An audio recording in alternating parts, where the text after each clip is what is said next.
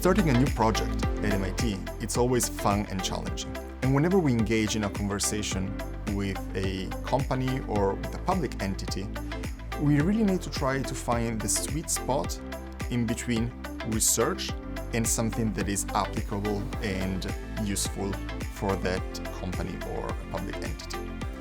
And I always give an example to distinguish between research and consultancy.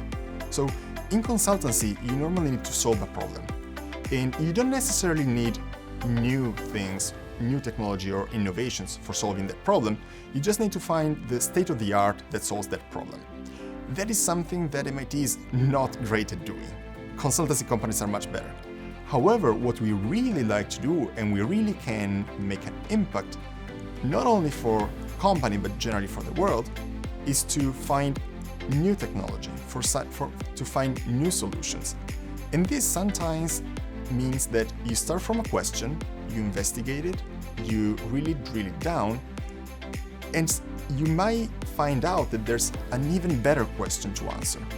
And this is something that our researchers are really passionate about, to have a starting point, a direction, and then the freedom to really explore that field and to really make a push into creating something new. And if that direction is very aligned with the partner's value, that's a sweet spot and that's a win-win in terms of value for the partner and value for MIT and for the research. One of the best things at MIT is that it's really an ecosystem of clever and bright minds that generate ideas. And not only that, but also MIT allows you to bring up your idea or someone else's idea and create teams beyond your normal day-to-day work within the institute. This happened with Refuse, a social enterprise that some friends and I co-founded, and it got accelerated by DesignX, the School of Architecture and Planning Venture Accelerator. Refuse is a social enterprise in Lebanon, a country with deep social and financial crisis. And what we're doing is enabling communities, especially lower income communities, to recycle. In Lebanon, there's basically no infrastructure for recycling.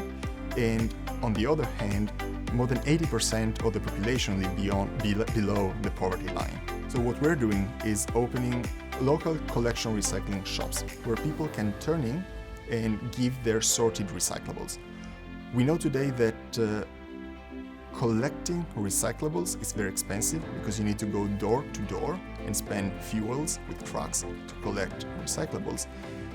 And also the quality of the separation of these materials is not very good. So we're trying to cut costs on those two ends, having people coming to us with very well sorted recyclables and without the need to go at their homes, at their houses and pick them up. By doing this, we are able to really maximize the revenue of reselling these recyclables to local recyclers, to local companies. And by maximizing this revenue, we are able to share part of it with the people. So in brief, a person comes to us with their sorted recyclables and we pay upfront. Or, at their choice, we devote this money to a community project so that anybody in the community can propose a project and get it funded through waste from their own community. Working in the built environment, it's very challenging, but gives a lot of opportunities, especially in the latest years with digital technology. If you want to change something in the city, many times you need to change the physical infrastructure. And on the other hand, if you want to plan something in the city, you know that if you're building something, this will last probably for decades or 100 years. If you build a bridge, if you build a house or a piece of infrastructure. With digital technology, you can accelerate these changes, and most importantly, you can experiment more in terms of digital service or in terms of potential change that those services or that infrastructure will change.